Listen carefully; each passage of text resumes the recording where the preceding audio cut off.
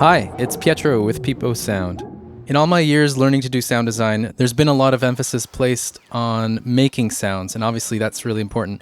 But listening and talking about what you're hearing is just as important a skill. In this short series, I want to offer a way of thinking about listening during the process of sound design. I'm going to give several examples about the way listening drives my creative decisions. But first, I want to lay out a kind of guide. It's not an exhaustive list, but just some possible ways to think about how we describe what we hear. So this is the question: how can we describe what we hear? In what ways can we describe what we hear? And here we're dealing with perception. We're in the realm of interpretation. It's not hard facts. Here, first take a listen to this.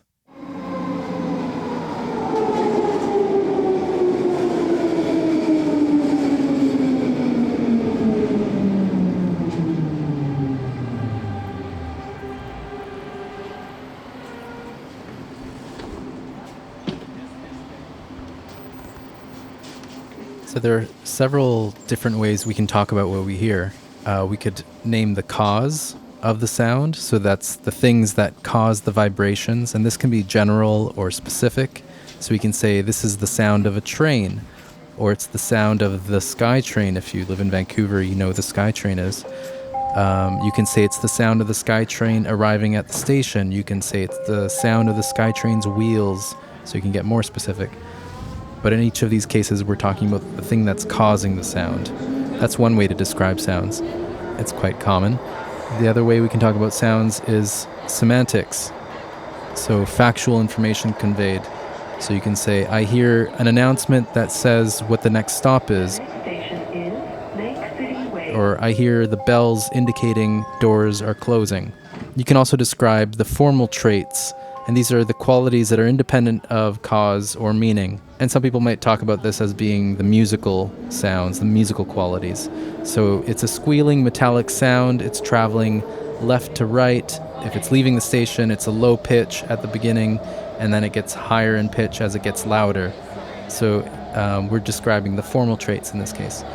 Three-dimensional space has to do with the acoustic characteristics which paint an environmental context. So you can hear that some passengers are speaking in the distance, some are closer. I hear them better when the train stops, and then I hear them turn around as the train leaves. You can hear certain spatial characteristics of the environment through the recording.